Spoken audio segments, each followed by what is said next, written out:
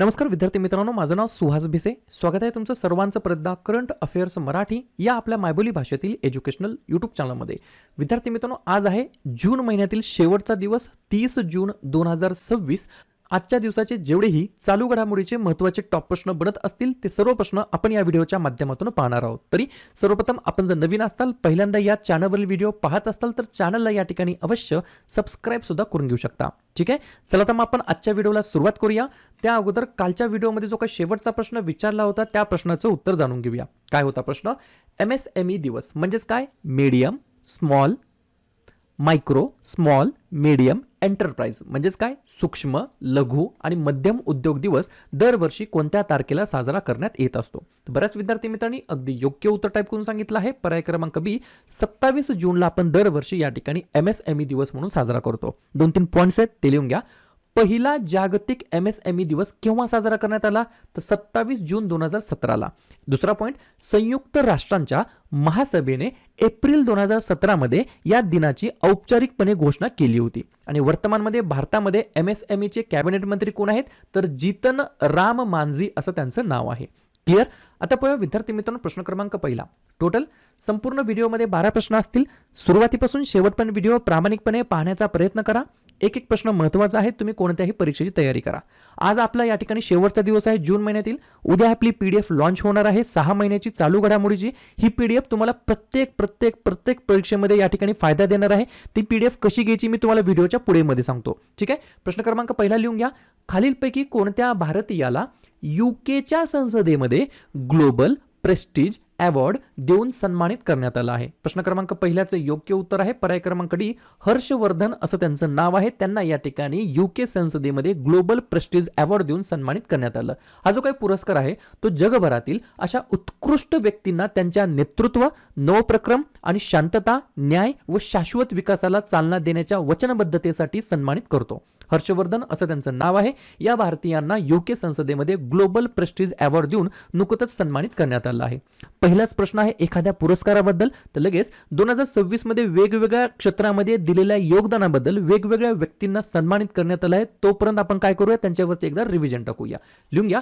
Whitley award 2026. या Whitley अवॉर्डला green Nobel म्हणून देखील ओळखलं जातं. हा पुरस्कार देण्यात आला प्रवीण शेख आणि डॉक्टर बरखा सुब्बा यांना. द अर्थ प्राइज 2026 3 विद्यार्थ्यांना देण्यात आला, विवान, आर्याना आणि अव्याना यांना. बार्टन पुरस्कार 2026 सुभानी शेख यांना. बँकर ऑफ द इयर पुरस्कार 2026 के सत्यनारायण राजू यांना. Russia grand sand master cup 2026 Sudarshan Pattnaik यांना. वुल्फ पुरस्कार 2026 पहिले भारतीय या ठिकाणी ठरले आहेत जैनेंद्र के जैन हे पुरस्कार मिळवणारे. 40वा राजश्री शाहू महाराज पुरस्कार डॉक्टर जयसिंगराव पवार यांना. आणि UKच्या संसदेमध्ये ग्लोबल प्रेस्टीज अवॉर्डने सन्मानित करण्यात आला आहे हर्षवर्धनजी यांना. ठीक आहे, या ठिकाणी हे जे काही पुरस्कार असतात अशा प्रकारचे जे काही टॉपिक आहेत हे आपल्या 6 महिन्याच्या ई-बुक मध्ये आपण समाविष्ट करून देण्यात आलेले आहेत. आपली 6 महिन्याची PDF ही जानेवारी 2026 ते जून 2026. आज शेवटचा दिवस आहे. उद्या संध्याकाळी 7 वाजता ज्यांनी या ठिकाणी पेमेंट केलं आहे त्यांना व्हॉट्सअप ग्रुपला या ठिकाणी PDF दिली जाईल, ज्याची तुम्ही बॅक टू बॅक झेरॉक्स काढून, फक्त झेरॉक्स काढून ठेवू नका, त्याचं या ठिकाणी 1दा 2दा 4दा 5दा रिव्हिजन करा. बरोबर का नाही? मगच तुम्हाला 100% एक्झाम मध्ये फायदा होणार आहे. या PDF ची जो काही इंडेक्स आहे मी तुम्हाला इंडेक्स दाखवतो. सुरुवातीचे जे काही 6 महिने आहेत जानेवारी, फेब्रुवारी, मार्च आणि एप्रिल, मे आणि जून, या प्रत्येक महिन्याचे 150 संभाव्य चालू घडामोडीचे वन लाइनर फॉर्मॅटमध्ये प्रश्नोत्तर दिले आहेत. त्याच्यानंतर काही महत्त्वाचे टॉपिक्स असतात जे प्रत्येक एक्झामला त्याच्यावरती एक तरी प्रश्न विचारला जातो. जसं की मंत्रिमंडळ, महाराष्ट्राचं, केंद्राचं. त्यानंतर नियुक्त्या, योजना, पुरस्कार, जनगणना, प्रथम घटना, क्रीडावरील प्रश्न, शिखर परिषदा, युद्ध सराव, निर्देशांक, पुस्तक आणि लेखक, महत्त्वाचे दिवस, पाणथळ स्थळे, जागतिक वारसा स्थळे, प्रत्येक राज्य त्या राज्याचे राज्यपाल, मुख्यमंत्री, अशा वेगवेगळ्या टॉपिक्सवरती प्रश्नोत्तर विचारले जातात. हे सगळे टॉपिक वन लाइनरमध्ये तुम्हाला याच PDFच्या अंतर्गत मिळणार आहे. तुम्हाला फक्त 2 स्टेप करायचे आहेत. व्हिडिओ पॉज करा. हा जो काही QR कोड दिला आहे या QR कोडला स्कॅन करा. फोन पेने करा, गुगल पेने करा.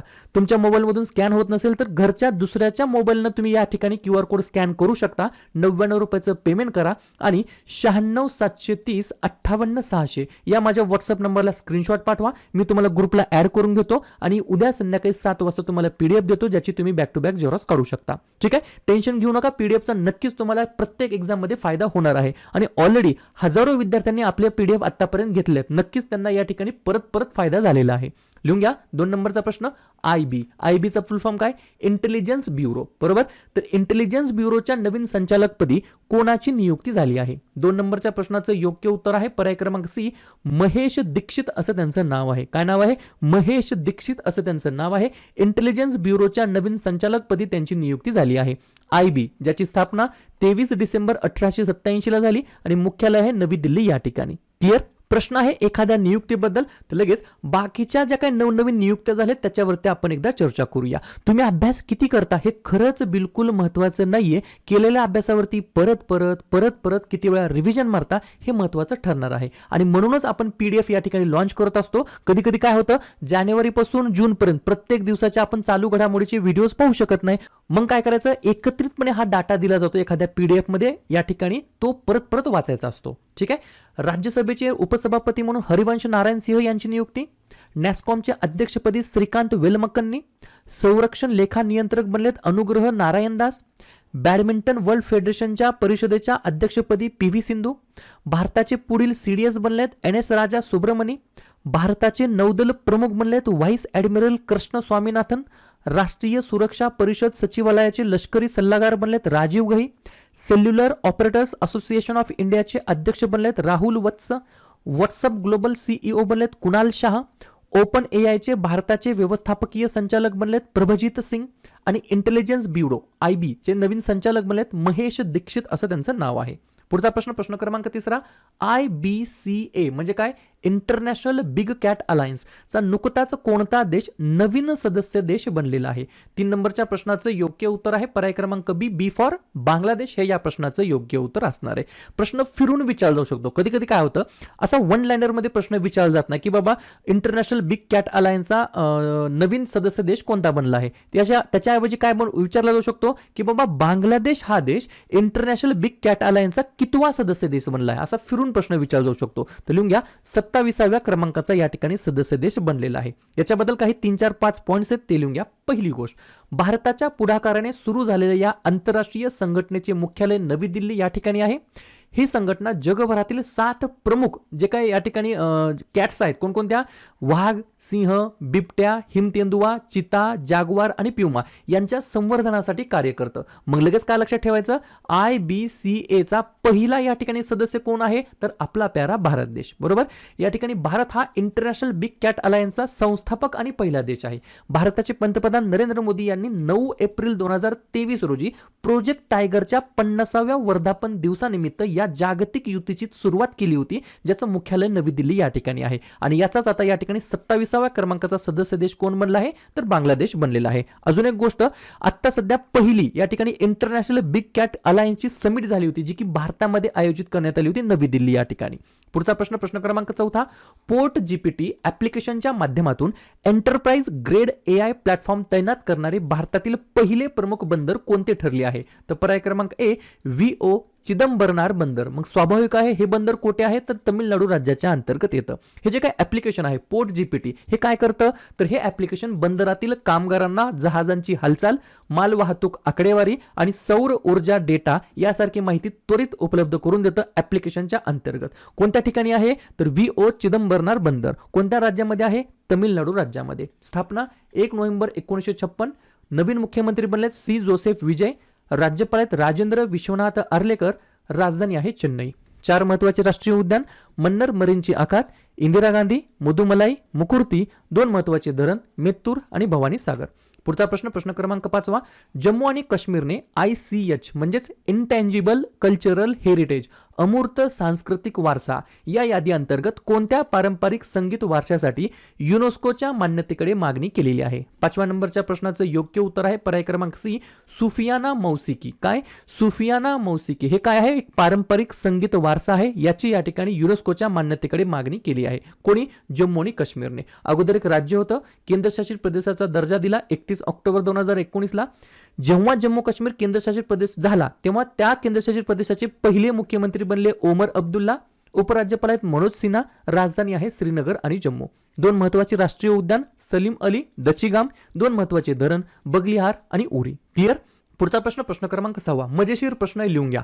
मामाच्या सोन्याच्या अंगठीची योजना म्हणजेच थाई मामन थंगा मोतीरा थिट्टम नावाची योजना कोणत्या राज्य सरकारने सुरू केलेली आहे? तर पर्याय क्रमांक सी, तमिळनाडू राज्य सरकारने सुरू केली आहे. या योजनेचा उद्देश काय ते लिहून घ्या. या योजनेअंतर्गत सरकारी रुग्णालयामध्ये जन्म घेणाऱ्या प्रत्येक नवजात बालकाला 1 ग्राम वजनाची सोन्याची अंगठी भेट दिली जाणार आहे. या योजनेच्या अंतर्गत कुठे सुरू करण्यात आली आहे? तमिळनाडू राज्याच्या अंतर्गत. पुढचा प्रश्न, 2026 मध्ये अर्थ मंत्रालयाकडून फायनान्स मिनिस्ट्रीकडून नवरत्न दर्जा मिळाल्यानंतर कोणता सार्वजनिक क्षेत्रातील उपक्रम भारताची 29वी नवरत्न कंपनी या ठिकाणी बनलेली आहे?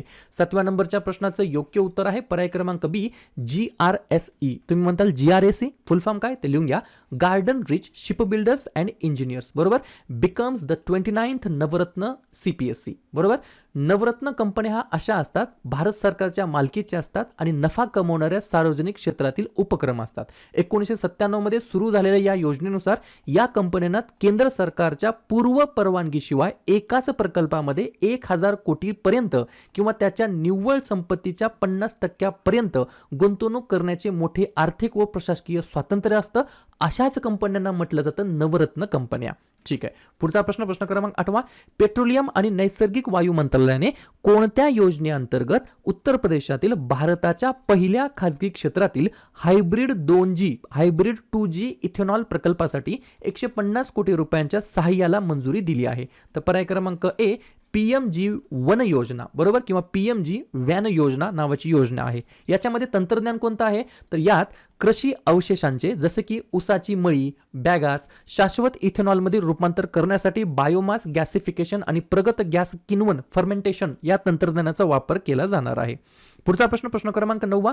कोणत्या आर्थिक वर्षापर्यंत भारताचे 100 गिगावॉट पंप्ड स्टोरेज हायड्रोपॉवर, ज्याला म्हणतील PSH पंप्ड स्टोरेज हायड्रोपॉवर क्षमता साध्य करण्याचे उद्दिष्ट आहे? तर पर्याय क्रमांक डी, 2035-36 पर्यंत. एक पॉइंट लिहून घ्या.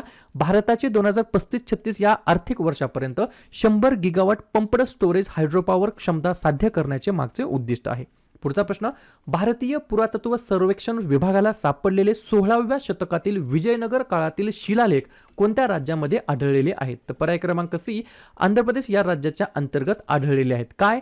तर भारतीय पुरातत्व सर्वेक्षण विभागाला 16व्या शतकातील विजयनगर काळातील शिलालेख या ठिकाणी आढळलेले आहेत आंध्र प्रदेश राज्याच्या अंतर्गत. स्थापना 1 नोव्हेंबर 1953.